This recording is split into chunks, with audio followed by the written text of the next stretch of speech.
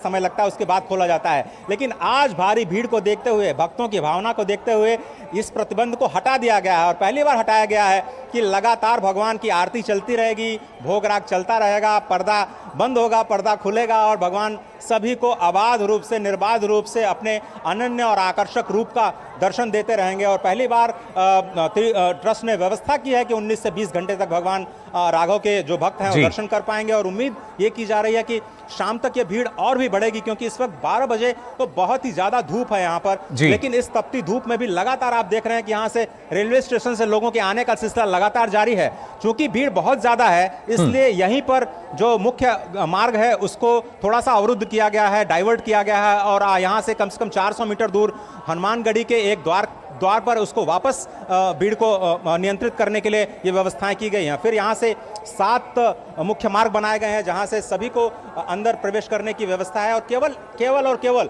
एक ही मार्ग है। एक बात और है मुकुल यहाँ पर कि आज न कोई आम है न कोई खास है, भगवान श्री राम के लिए सभी बराबर हैं, कोई वीआईपी नहीं है, बल्कि जो पैदल चल के आ रहा है अपने सिर पे गठरी बांध करके दूर से गांव गराज से वो दीनहीन व्यक्ति जिसके पास साधन नहीं है, वो भगवान को अतिशय प्रिय हैं। और इसलिए उन भक्तों के लिए यहाँ पे जो पुलिस प्रशासन कर रहा है कि आज जो वीआईपी है वो वही एक सामान्य भक्त है जो कि दूर दराज से अपने गांव पर अपने सिर पर वो अपने कर्मों की गठरी लेकर के या फिर कहें कि अपने जीवन की गठरी लेकर के आ रहा है भगवान श्री राम के दर्शन करने के लिए। तो आज सारे वीआईपी पासेस बंद हैं, सारी वीआईपी गाड़ियां बंद है, सिर्फ और सिर्फ पैदल चलने की व्यवस्था है। आप कोई भी हो, आपको सिर्फ और सिर्फ इसी मार्ग से जाना होगा।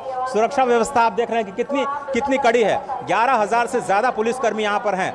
जल पुलिस की व्यवस्था है सरयू नदी में स्नान करने के लिए भारी भीड़ उमड़ी है, इसलिए जल पुलिस वहां पर सुरक्षा की तैयारी कर रही है। यहाँ पे 8 स्पेशल ड्रोन्स के जरिए जो ऊपर से गगन के माध्यम से आसमान से जो सुरक्षा है, अभेद्य सुरक्षा, उसका इंतजाम किया गया है। और यकीन मानिए यहाँ पर चप्पे चप्पे पर पुलिस आर्टिफिशियल इंटेलिजेंस का इस्तेमाल करते हुए लोगों के मूवमेंट्स को ट्रैक कर रही है। लोगों से अपील की जा रही है कि कोई भी संदिग्ध वस्तु अगर आप देखते हैं तो तुरंत पुलिस को सूचना दें।